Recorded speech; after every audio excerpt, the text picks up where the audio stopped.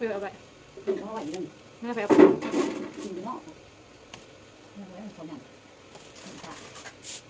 อย่างนั้นนะตัว ไปฮอดสบายดีเด้อพี่น้องสบายดีเพื่อสุขุสุขคนเด้อจ้ามื้อนี้พาพี่น้องมาเห็ดเมนูนี่เลยพี่น้องเมนูหน่อไม้แต่ว่าวันนี้เป็นแบบนี้พี่น้องเคยยังนะหน่อไม้เนี่ยใส่พี่น้องใส่อั่วนะอั่วหน่อไม้จ้ะเครื่องวันนี้เขาคือสิมาเกียมสิมีอันหอมเด้อพี่น้อง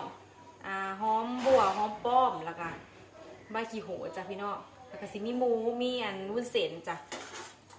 หลักๆก็คือหน่อไม้จ้ะพี่น้องมาตำเครื่องกันเลยพี่น้องเอ้ยเครื่องกับบะหมี่ยังลายมีอันหัวกระเทียมแล้วก็หัวพวกบัวพี่น้องหัวหอมแดง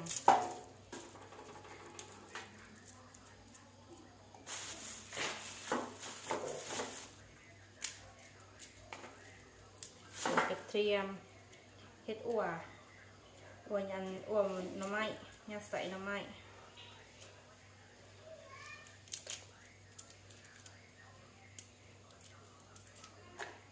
เทียมใส่ก็ใส่มาพริกจ้ะ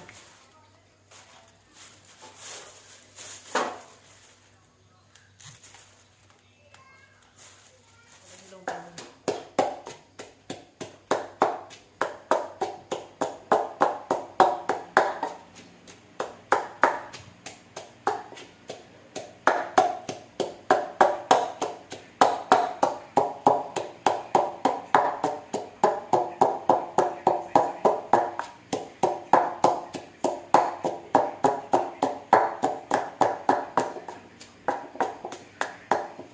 เหี่ยเบิดแอบด่ากันเนาะ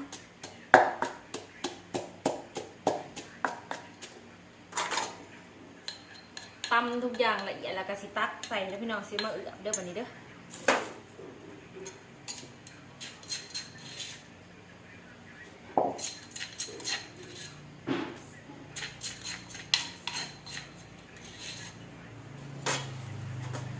จ้าเดี๋ยวใส่แทนสิมาปรุง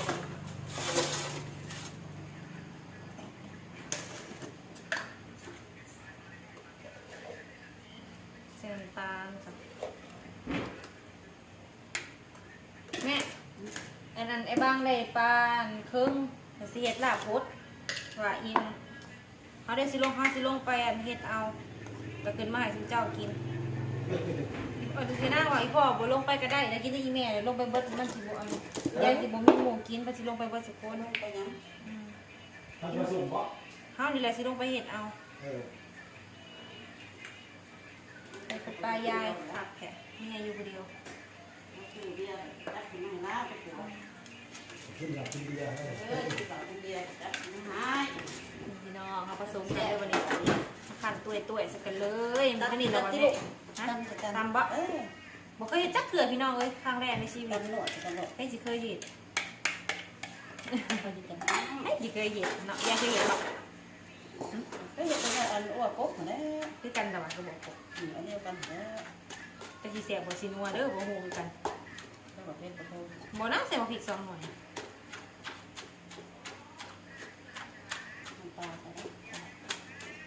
ปลาแตงนัวน้ำตาลกับเสียนซอสนี่ กูจะไปซื้อใหม่เด้ขบน้อยขบน้อยไม่โกงใหญ่ตัวนี้ใหญ่โพดพริกกับพริกกันบ่แหลกบ้างพริกกันยังบ่แหลกยังไม่ได้ยังบ่เผ็ดแต่ว่าอาหารหลายกว่ามันเสียนบะบ่แล้วบ่น้ำไม้น้อยเดียว1น้ำไม้4หน่อ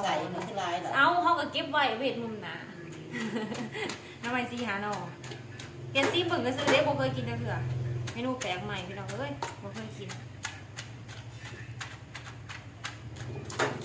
เดี๋ยวสิลงไปเฮ็ดเอาเด้อเจ้านางปิ่งเด้อลงไปเอาให้เจ้าเอาเดียวพอดีแหละเฮาเฮ็ดอันนี้ไว้กับปิ้งไว้เฮาก็รอบแรกพอแหละลงไปเฮ็ด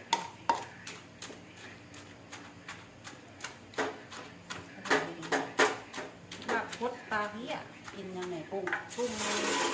ตามแล้วแหละพี่น้องนี่จ้ะประมาณนี้เลยเด้อพี่น้องใส่มานะนี่ตำละเอียดแบบนี้เลยใส่กันมาเดี๋ยวสิมันหยัดจ้ะมาให้ใส่กันเต้าเขาอยู่ใส่เตาก็อยู่เงินคั่วเลยเตา เอ้า ไม่ได้อะไรเนี่ยเสียงโอ๊ต แสงพ่อใหญ่เปิดโทรทัศน์ตกใจ ได้มากเลยว่า เมียก็เป็นหยัง ทาน แต่งานเด้อ ท่านยิ้มหมุดบ่ กันดำเลย ทานดังเห็ดไผ่อ่อนๆซีมจำหนิบ่เลยบ่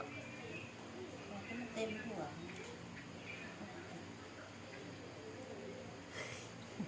แต่ขี้เสียบชิ้นนัวพี่น้อง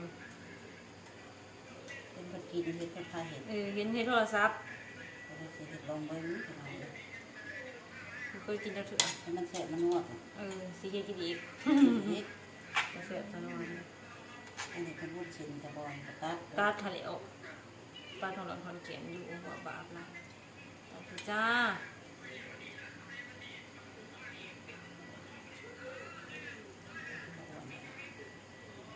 แต่เป็นลายแล้วพี่น้องขีดโลเนี่ย คิโลรู เอามันคือข้าวออกหลากเท่านั้นกล่องก็ได้ได้อยู่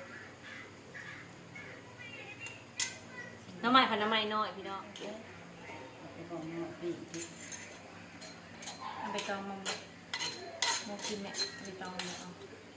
มุกกับห่อ ไปเอาก่อน ปีกมัน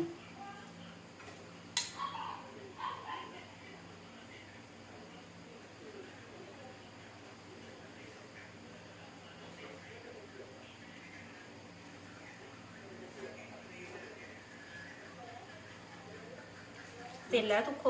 นนี่เลยจ้าเขาอยากใส่แล้วแหละพี่น้องแล้วเขาก็เสียนเอาไปปิ้งจ้ะปิ้งแบบไผ่อ่อนๆพี่น้องอย่างไผ่อ่อนๆน้ำหอมเด้อ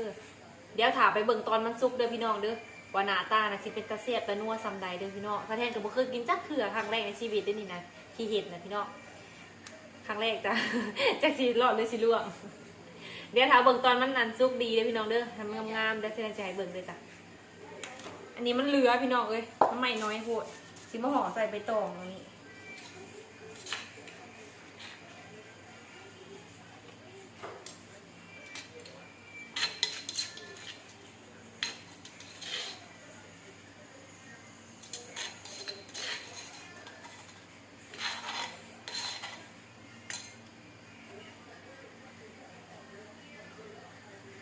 นี่ใบตองมาใส่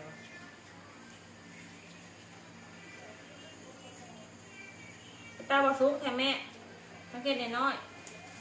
สังเกตได้น้อยเขาเรื่องสิเฮ็ดคือมุกทำไมแม่แปรอย่ามันบอซุกก่อนเป็นหมูลืม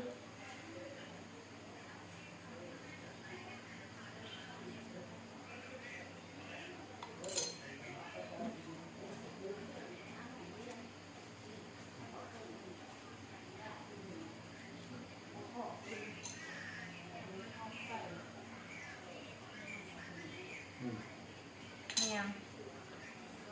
ก้อนเขาห่มไว้ย่ามนี่เนี่ยมีไม่ชัดเนาะ มันก็เป็นสิแม่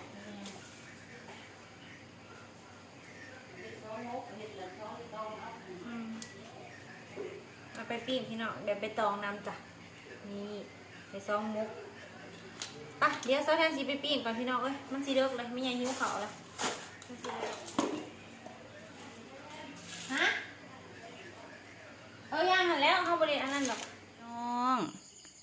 นี่มีทั้งตัวซุกตัวซันซุกพี่น้องนี่อันนี้ซุกแล้วอันนี้ก็สีอันใบตองนะปิ้งจนใหม่พี่น้องอย่ามันผสมเขาดินี่ซีมเบิ่งกันเด้อจะอร่อยไหมแซ่บแบบจับหนักอร่อยมากเลยนี่ประมาณนี้เลยทุกคนเอาละเดี๋ยวเสแทนกับสิคอตัวไปกินข้าวก่อนเด้อพี่น้องเด้อสำหรับที่นี่กับสิคอตัวลาไปก่อนเด้อพบกันใหม่คลิปหน้าเด้อจ้าฝากกดไลค์กดแชร์กดติดตามเป็นกำลังใจเด้อพี่น้องเด้อแล้วก็ที่สำคัญอย่ากดถามโฆษณาเด้อพี่น้องเพื่อเป็นการซัพพอร์ตเจ้าของช่องเด้อจ้าชุกเลยพี่น้องตัวบซุกกันเอาไว้กินมื้ออื่นให้กินตัวมันซุกพี่น้องนี่โอเคจ้า